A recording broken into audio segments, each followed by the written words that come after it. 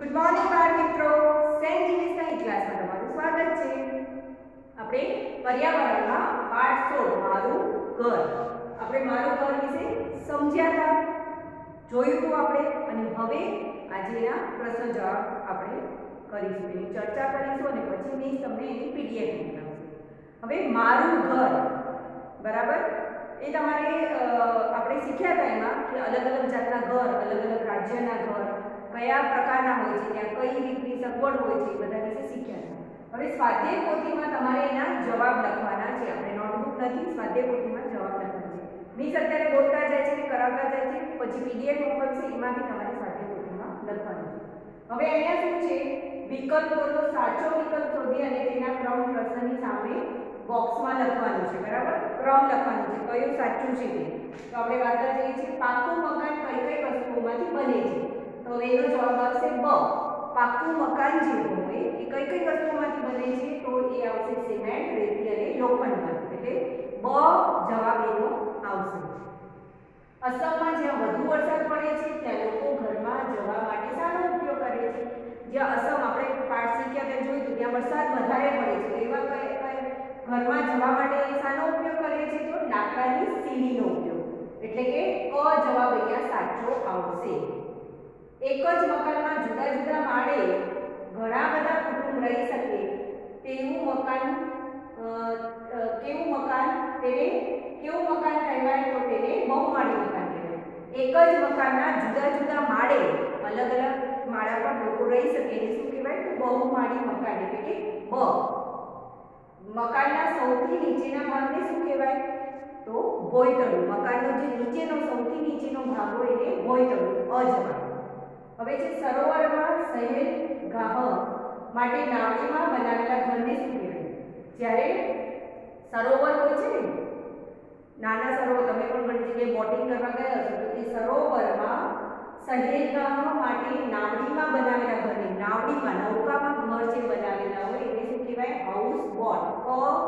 House boat જવાબ સાચો આવશે. પછી છે કાચા મકાનની દીવાલ શાની બનેલી હોય છે? તો કાચા મકાનની જે દિવાલો હોય શેની બનેલી હોય? તો લીપણ અને માટીની બનેલી હોય છે. શેની બનેલી હોય? લીપણ અને માટીની, લીપીને બનાવવામાં આવે છે. ત્યાર પછી ભારતના કયા રાજ્યમાં વર્ષમાં સૌથી મોટા ભાગના દિવસોમાં વરસાદ પડે છે? તો અસમ. ડ આવશે અસમ. સૌથી વધારે વરસાદ, મોટા ભાગનો વરસાદ અસમમાં પડે છે. ઇગ્લુ શું છે? તો ઇગ્લુ એ બરફનું ઘર છે. ક એનો જવાબ સાચો આવશે, બરફનું ઘર. હવે છે નીચેના યોગ્ય શબ્દો વડે નીચેના વિધાનોની ખાલી જગ્યા પૂરો. યોગ્ય શબ્દનો ઉપયોગ કરીને આપણે ખાલી જગ્યા પૂરો. કચ્છમાં લોકો ઠંડી, ગરમી અને વરસાદથી બચવા માટે ખાલી જગ્યા નામનું મકાન બનાવે છે. કચ્છમાં ઠંડી, ગરમીથી બચવા માટે કેવું મકાન બનાવે? તો ભૂંગો. અહીંયા આવશે ભૂંગો. વધુ વરસાદવાળા વિસ્તારમાં મકાનો ખાલી જગ્યાના બનાવવામાં આવે છે. જ્યાં વધુ વરસાદ હોય ત્યાં મકાનો, આપણે પાઠ શીખ્યા ત્યારે જોયું હતું કે વધુ વરસાદ હોય ત્યાં મકાનો કેવા બનાવવામાં આવે? તો લાકડાના. બરફના ઘરને ખાલી જગ્યા કહેવાય છે. બરફનું ઘર હોય એને શું કહેવાય? ઇગ્લુ.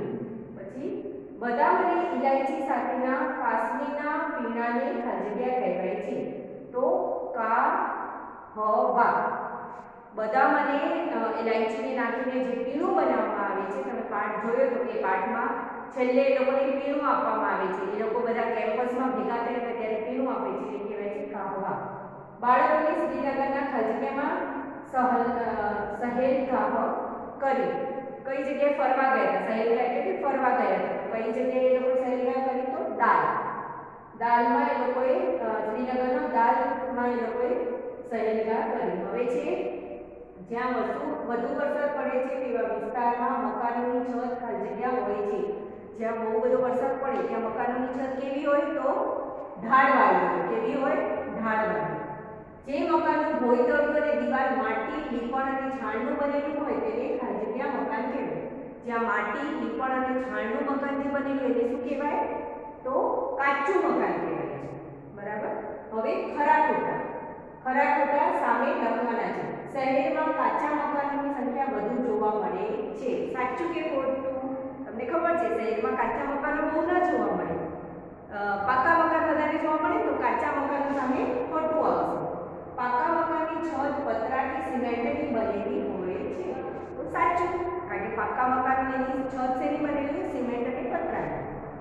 પછી કાશ્મીરીઓ બરફમાંથી બનાવેલા ઘર ઇગ્લુમાં રહે છે, તો ત્યાં આવશે ખોટું.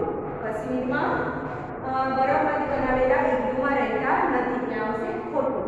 નાવડીમાં બનાવેલા ઘરને હાઉસબોટ કહે છે, તો ત્યાં આવશે સાચું. જે નાવડીમાં બનાવેલું ઘર હોય ને હાઉસબોટ કહેવાય છે.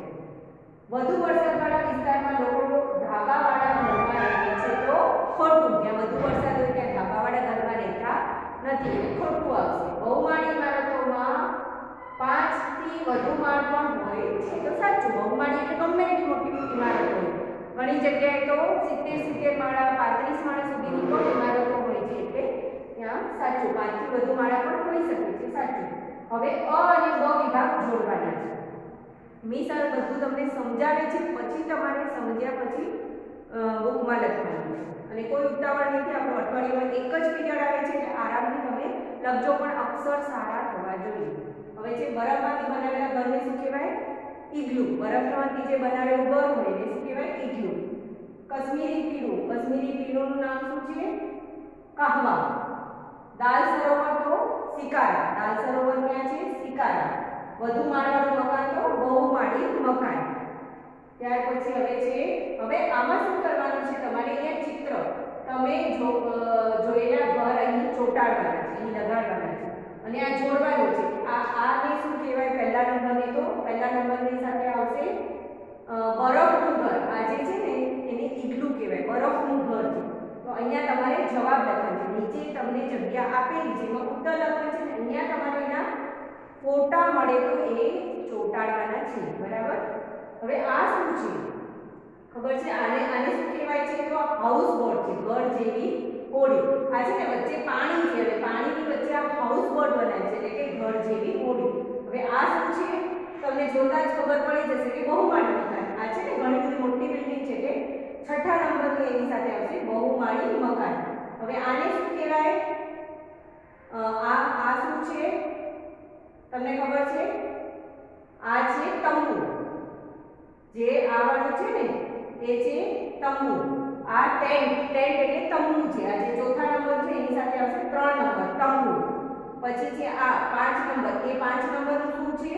તો ઝૂંપડી. આ છે ને એ ઝૂંપડી છે. આને શું કહેવાય? ઝૂંપડી એટલે કાચું મકાન. ત્યાર પછી આ 6 નંબરને શું કહેવાય છે? એ છે ભૂંગો. આ જે છે ને આપણે ત્યાં ઘણા કચ્છમાં ભૂંગા જોવા મળે, આપણે આગળ પણ જોયું. આને ભૂંગો કહેવાય છે. આને શું કહેવાય? ભૂંગો. બરાબર? તો હવે આગળ પ્રશ્નોના જવાબ. તમને તમારી બુકમાં પણ પ્રશ્નોના જવાબ આપેલા છે. મિસ અહીંયા જે પ્રશ્નો બુકમાં છે એટલા જ લખ્યા છે, એટલે તમને વધારેના પ્રશ્નો ન કરવા પડે. એ પ્રશ્નો મિસ અહીંયા લખ્યા છે.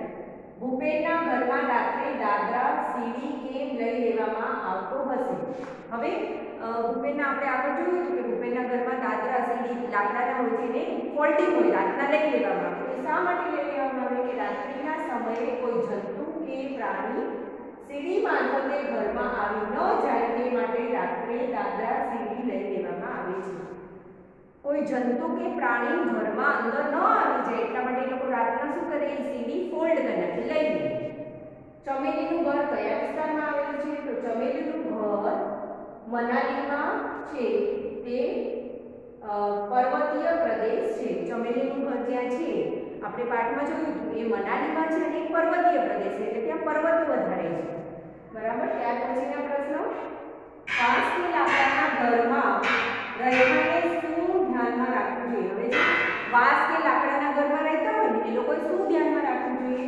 તો વાંસ કે લાકડાના ઘરમાં માટીના ચૂલાથી રસોઈ ન કરવી જોઈએ. હવે વાંસના ઘરમાં રહેતા હોય ને તો વાંસ એવી વસ્તુ છે કે જલ્દીથી આગ લાગી જાય, એટલે એ લોકોએ ચૂલા પર ન કરવું. ચૂલા પર પંખાને એવું હોય તો એ બળી શકે છે, એટલે ત્યાં એ લોકોએ ચૂલા પર રસોઈ કરવી જોઈએ નહીં.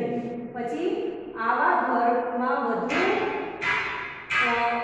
વધુ વરસાદવાળા વિસ્તાર હોવાથી ઘરની જગ્યાઓને ટેકો મજબૂત રાખવો જોઈએ. આવા જે વિસ્તાર હોય ને એમાં વધારે વરસાદ આવતો હોય ને તો મજબૂત ટેકો આપવો જોઈએ, એટલે તણાઈ ન જાય, ઘર તણાઈ ન જાય, એના માટે એને ટેકો આપવો જોઈએ. ઘરમાં ખૂબ જ વધુ સામાન ન રાખવો જોઈએ. વધુ વરસાદ અને વાવાઝોડું હોય, તોફાન હોય તો ઘરને નુકસાન ન થાય. આવા જે જગ્યાના ઘરો હોય ત્યાં બધું આપણે સામાન રાખવું જોઈએ નહીં, જેથી બધું તણાઈ ન જાય. જ્યારે વરસાદને વધુ આવે તો તણાઈ ન જાય. ઘણીવાર વધુ વરસાદ હોવાથી ઘરમાં પાણી ભરાઈ જાય તો ઘરની નીચે પણ ઉતરી નહીં અનાજ પાણી ફૂટી જાય તેવું બને. આથી ઘરમાં પૂરતા પાણીની વ્યવસ્થા રાખવી જોઈએ. હવે આમાં શું છે, અનાજ અને પાણી ફૂટી ન જાય. જ્યારે વધારે વરસાદ આવે ને, ઘણીવાર વધુ વરસાદ આવતો હોવાથી ઘરની નીચે પાણી ભરાઈ જાય તો ઘરની નીચે પણ ઉતરી આવે નહીં, અનાજ પાણી ફૂટી જાય તેવું બને. હવે શું થાય છે, ઘણીવાર વરસાદ વધારે હોય ને તો પાણી જે વરસાદનું હોય એ ઘરમાં આવી જાય, અને ઘરમાં આવી જાય તો આપણા પાસે અનાજ અને પાણી ફૂટી ન જાય, કારણ કે અંદર પાણી આવી ગયું તો આપણું બધું અનાજ અને પાણી નુકસાન થાય. તો એ ફૂટી ન જાય એવી વ્યવસ્થા આપણે પાણીની એ રીતે વ્યવસ્થા આપણે રાખવી જોઈએ. એવી ઊંચું ઘરમાં રાખવું જોઈએ કે જ્યાંથી આપણું બધું તણી ન જાય, પાણી અંદર આવી જાય તો પણ નુકસાન ન થાય. બરાબર. હવે જે ભૂપેન જ્યાં રહે છે ત્યાં ઘર કે વાંસના થાંભલા પર બનાવાય છે. આપણે આગળ જોયું કે ભૂપેનનું ઘર વાંસના થાંભલા પર બને છે. શા માટે? તો ભૂપેન અસમમાં રહે છે. અસમમાં ખૂબ જ વરસાદ પડે છે, તેથી ઘરો વાંસના થાંભલા ઉપર બનાવવામાં આવે છે, તેથી જમીનથી ઘણા ઊંચા રહે અને ત્યાં પાણી ન આવે. હવે વાંસના થાંભલા પર ઘર શા માટે બનાવવા? કારણ કે ત્યાં ખૂબ જ વરસાદ પડે છે. આપણે જોયું કે અસમમાં ખૂબ જ વરસાદ પડે છે, એટલે વાંસના થાંભલા પર એટલા માટે રાખવામાં આવે કે ત્યાં પાણી નીચેથી જતું રહે, આપણા ઘરોમાં ન આવી જાય, એટલા માટે એ વાંસના થાંભલા પર બનાવવામાં આવે છે. હવે છે ભૂપેનના ગામમાં ઘરના છાપરાઓ કેવા હોય છે અને કેમ? ભૂપેનના તે કેમ એવા બનાવવામાં આવે છે? હવે ભૂપેનનું જે ઘર છે એના છાપરા કેવા હોય છે અને એવા શું કરવા બન્યા છે? ભૂપેન આસામમાં રહે છે, અહીં ખૂબ જ વરસાદ પડે છે, તેથી અહીંના ઘરમાં છાપરા ઢળતા રાખવામાં આવે છે, પાણીથી બચી શકાય છે અને તેથી વરસાદ પાણી ભેગું ન થાય અને પાણી વહી જાય. હવે છાપરા છે ને ઢળતા રાખવામાં આવે, આ રીતે સીધા ન રાખવામાં આવે, ઢળતા એટલે શું થાય? પાણી પડે ને એટલું તરત જ વહી જાય. બરાબર. પાણી તરત જ જતું રહે, ભેગું ન થાય. છાપરા જો સીધા રાખવામાં આવે તો પાણી તે જમા થાય એટલે અંદર ઘરોમાં પણ ઉતરી શકે છે. હવે એ લોકોને છાપરા ઢળતા રાખવાના. ભૂપેન છે ને અસમમાં રહે છે, અસમમાં બહુ જ વરસાદ આવે છે અને એના કારણે શું થાય છે કે છાપરા ઢળતા રાખવા જોઈએ. ઢળતા છાપરાઓ એટલે પાણી બધું અંદર જતું રહે છે, ત્યાં ભેગું થતું નથી, એટલે પાણી ઘરમાં ન ઘૂસે એટલા માટે છાપરા ઢળતા રાખવામાં આવે છે. ત્યાર પછી હવે છે પથ્થરના ઘર બનાવવામાં શું અગવડ પડે છે? હવે પથ્થરના ઘર હોય ને એમાં શું બનાવવામાં મુશ્કેલી પડે? તો પથ્થરના ઘર જમીનમાં પાયો ખોદીને બનાવવામાં પડે છે. અસમમાં ખૂબ જ વરસાદ પડતો હોવાથી પથ્થરનું ઘર જમીન પર બનાવવામાં આવે છે. વરસાદનું પાણી ઘરમાં ઘૂસી જાય, તેથી ઘરમાં નહીં અને લાકડાના ઘરની જેમ પથ્થરના ઘરને ટેકાથી બનાવી શકાતું નથી. આથી ભૂપેન જ્યાં રહે છે ત્યાં પથ્થરના ઘર બનાવવા પડે છે. હવે શું થાય છે કે પથ્થરના ઘરમાં શું થાય છે કે જમીનમાં પાયા ખોદીને બનાવે છે. પથ્થરના ઘર જે બનાવવા પડે તો જમીનમાં પાયો ખોદવો. હવે પાયો ખોદો, અસમમાં ખૂબ જ વરસાદ પડતો હોવાથી પથ્થરનું ઘર જમીન પર બનાવવામાં આવે છે. હવે પથ્થરનું ઘર બનાવવા માટે પાયા ખોદવા પડે છે, પણ અસમમાં વરસાદ વધારે આવે એટલે એ લોકો જમીન પર જ બનાવે છે પથ્થરના ઘર, અને તેથી પાણી ઘરમાં ઘૂસી જાય, તેથી ઘરમાં રહી શકાય નહીં. તેથી લાકડાના ઘરની જે પથ્થરના ઘરને ટેકાથી બનાવી શકાતું નથી. લાકડાના ઘર હોય ને એ લોકોને ટેકાથી બનાવી શકાય, ટેકો ઊભો કરીને, પણ પથ્થરના ઘરને ટેકોથી બનાવી શકાય નહીં, એના માટે પાયો ખોદવો પડે. હવે અસમમાં તો વરસાદ વધારે આવે છે અને એટલા માટે જો ખોદીને બનાવાય તો પછી વરસાદમાં એ લોકોને તકલીફ થાય, એટલા માટે એ લોકોને આ તકલીફ આ ઘર બનાવવામાં થાય છે. પથ્થરના ઘર બનાવવામાં અસમમાં આ તકલીફ થાય છે, એટલે એ લોકો વાંસના ઘર ઊંચા, જમીનથી ઊંચા બનાવીને એમાં રહે છે. હવે છે ચમેલી અને ભૂપેનના ઘરમાં છાપરામાં શું સમાનતા છે? છાપરાઓમાં ચમેલી અને ભૂપેનના ઘરના છાપરાઓમાં શું સમાનતા છે? તો ચમેલીના રહેઠાણનો પ્રદેશ મનાલી છે અને ભૂપેન અસમમાં રહે છે. બંનેના વિસ્તારમાં પુષ્કળ વરસાદ પડતો હોવાથી તેમના છાપરા ઢળતા હોય છે. હવે મનાલી અને ચમેલી અને ભૂપેન, ચમેલી અને ભૂપેનના તમને પ્રશ્ન પૂછે છે આપણામાં શું સમાનતા હોય છે? તો ચમેલી અને ભૂપેન ક્યાં રહે છે? મનાલીમાં. હવે મનાલી એવી જગ્યા છે કે મનાલી અને ચમેલીનો રહેઠાણ પ્રદેશ મનાલી છે અને ભૂપેન અસમમાં રહે છે. બંને જગ્યાએ પુષ્કળ વરસાદ પડે છે એટલે એ લોકોના છાપરા ઢળતા રાખવામાં આવે છે જેથી વરસાદ વહી જાય. પાકા મકાનમાં રહેવાથી કયા કયા લાભ થાય છે? હવે પાકા મકાનમાં જો આપણે રહેતા હોઈએ તો કયા કયા લાભ થાય છે? પાકા મકાનમાં આપણે ઠંડી, ગરમી, વરસાદથી રોકાવી શકાય છે. પાકા મકાનમાં આપણને હોળી કે જીવજંતુઓ અને હિંસક પ્રાણીઓનો ડર સતાવતો નથી. પાકા મકાનમાં આપણે અને આપણું કુટુંબ સુખ શાંતિથી રહી શકીએ છીએ. વાવાઝોડા કે તોફાન આપણે કશું નુકસાન નથી. જો પાકા મકાનમાં આપણે રહેતા હોઈએ તો શું આપણને લાભ થાય? તો પાકા મકાનમાં ઠંડી, ગરમી, વરસાદથી આપણે બચી શકીએ છીએ, એને રોકી શકીએ છીએ. જો પાકું મકાન ઝૂંપડા હોય અથવા તો તંબુ હોય તો એમાં જલ્દીથી ઠંડી ગરમી આવે, પણ પાકું મકાન એટલે કે સિમેન્ટથી ને ઈંટથી બનાવેલું પાકું મકાન હોય તો ઠંડી ગરમીથી રક્ષણ મળે છે. પછી જીવજંતુઓ અને હિંસક પ્રાણીઓથી પણ, કારણ કે છે ને જીવજંતુઓ અને હિંસક પ્રાણીઓ કાચા મકાન તો તોડીને પણ અંદર આવી શકે, પણ પાકું મકાન તો એ તોડી શકતા નથી એટલે હિંસક પ્રાણીઓ અને જીવજંતુઓથી રક્ષણ મળે છે. પાકા મકાનમાં આપણે આપણું કુટુંબ સુખ શાંતિથી રહી શકીએ છીએ અને વાવાઝોડા તોફાન આવે તો પણ, જો તંબુ હોય કે હોય ને તો બહુ જોરથી વાવાઝોડું આવે ને તો એ ઉડી જાય, એ તૂટી જાય, પણ પાકું મકાન હોય તો વાવાઝોડા સામે પણ રક્ષણ મળે છે. બહુમાળી મકાનમાં ઉપર જવા માટે સારી વ્યવસ્થા હોય છે. તો એ બહુમાળી મકાનોમાં ઉપરના માળે જવા માટે લિફ્ટ હોય છે. તેના દ્વારા લોકો તેમના ઘરમાં જાય છે. આ ઉપરાંત અહીં સીડીની પણ વ્યવસ્થા કરવામાં આવેલી હોય છે. જ્યારે લિફ્ટ બંધ હોય ત્યારે સીડી ઉપરથી ઘરમાં જઈ શકાય. હવે જે બહુમાળી ઇમારતો ઘણા બધા માળ હોય તો આપણે ચડીને થાકી જઈએ તો એવા મકાનોમાં શું કરવામાં આવે વ્યવસ્થા? તો લિફ્ટ હોય. તમે ઘણાએ લિફ્ટ જોઈ હશે. આપણે અહીંયા તો બહુ મોટી ઇમારતો નથી એટલે લિફ્ટ ઓછી હોય છે, પણ જ્યાં બહુ મોટી બિલ્ડિંગ હોય ને ત્યાં લિફ્ટની વ્યવસ્થા હોય, સાથે સીડીની પણ વ્યવસ્થા હોય. એટલે જે લિફ્ટ જ્યારે બંધ હોય, લાઇટ ન હોય ત્યારે સીડી પરથી પણ જઈ શકાય, એટલે આ વ્યવસ્થા હોય છે.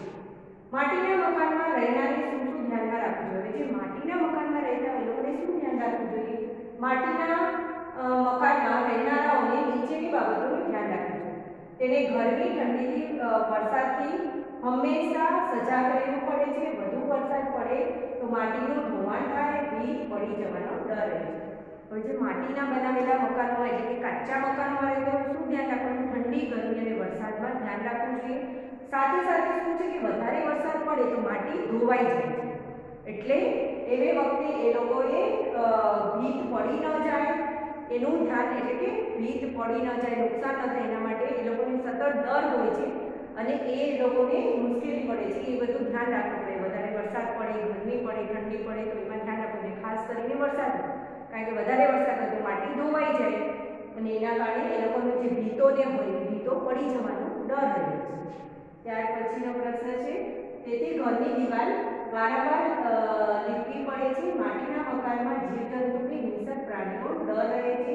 ચોરી કે લૂંટફાટ પણ સરળતાથી થઈ શકે છે, તેથી જાગૃત રહેવું જોઈએ. એટલે માટીના જે બનાવેલા હોય મકાન, એક તો દિવાલ ધોવાઈ જાય વધારે વરસાદ હોય તો, બીજું જીવજંતુઓ પણ માટીમાં સહેલાઈથી જીવજંતુઓ આવી શકે છે. તમે જોયું હશે કે કીડી વગેરે ઘર બનાવીને, ઉધઈ ઘર બનાવીને માટીમાં રાખના જલ્દીથી બનાવી શકે. એટલે આ જીવજંતુઓનો ડર હોય છે. ચોરી અને લૂંટફાટ પણ મોટા પાકા મકાનો કરતા માટીના મકાનમાંથી ચોરી લૂંટફાટ જલ્દી કરી શકાય ને, જલ્દી તોડી શકાય, એટલે એમાં ચોરી લૂંટફાટનો પણ વધારે ડર. હવે જે હાઉસ બોટ બીજા મકાનોની કેવી રીતે અલગ પડે છે? હાઉસ બોટ તમે જોઈ હશે, સોરી તમે નહીં જોઈ હોય કારણ કે આપણે અહીંયા હાઉસ બોટ નથી હોતું, પણ તમે પિક્ચરોમાં જોઈ હશે અથવા ચિત્રમાં જોઈ હશે. તો આવી હાઉસ બોટ બીજા મકાનોથી કઈ રીતે અલગ પડે છે? તો હાઉસ બોટ પાણીમાં તરતી રહે છે, જ્યારે બીજા મકાનો જમીન પર બાંધેલા હોવાથી એક જગ્યાએથી સ્થિર હોય છે. આ રીતે હાઉસ બોટ બીજાથી અલગ પડે છે. હાઉસ બોટ શું હોય કે નદીમાં બોટમાં હોય, એટલે એક જગ્યાએથી બીજી જગ્યાએ જઈ શકે છે. જ્યારે મકાન હોય એક જગ્યાએ જમીન પર બનાવેલા હોય ને જમીન પર બનાવેલા એટલે સ્થિર હોય, એટલે એ સ્થિર હોવાને કારણે એક જગ્યાએથી બીજી જગ્યાએ જઈ શકતા નથી. એમાં ફરક છે. હવે શું તમને હાઉસ બોટ જેવા ઘરમાં મકાનમાં રહેવું ગમે અને કેમ? તો તમારે જાતે આટલું લખવાનું છે, હા અથવા ના. જો હવે હા હોય તો મને એવા ઘરમાં રહેવું ગમે છે કારણ કે મને હાઉસ બોટમાં સવારી કરવાની ખૂબ જ મજા આવે છે. હાઉસબોટમાં સરોવરમાં ફરવાનું, તળાવમાં માછલી જોવાની પણ મજા આવે છે. જો હા હોય તો એટલા માટે હા, કારણ કે મને ગમે છે. કારણ કે હાઉસબોટમાં સવારી કરવાની, પાણીમાં તરવાની, એટલે પાણીમાંથી પસાર થવાની, સવારી કરવાની અને જીવજંતુઓને જોવાની મજા પડે છે. હાઉસબોટ ગમે છે. બરાબર. ન ગમતી હોય તો ના પણ લખી શકો છો, એનું કારણ પણ લખવાનું છે. બરાબર. તો આ પાઠ આપણે કર્યો. હવે આપણે એનું સ્વાધ્યાય પોથીમાં મિસ પીડીએફ આની મોકલશે, એનું લખી લેવાનું છે. ઉત્તરો ખરા ખોટાના, પછી વિકલ્પના, પ્રશ્નોના બધાના ઉત્તરો તમારે લખી લેવાના છે. બરાબર. અને પૂરું કરવાનું છે. પણ અક્ષર સારા હોવા જોઈએ. ઉતાવળથી ગમે એમ નથી લખી નાખવાનું. સુંદર અક્ષરોમાં સારી રીતે તમે સમજીને લખજો. આટલું કાર્ય તમારે પૂરું કરવાનું છે. હવે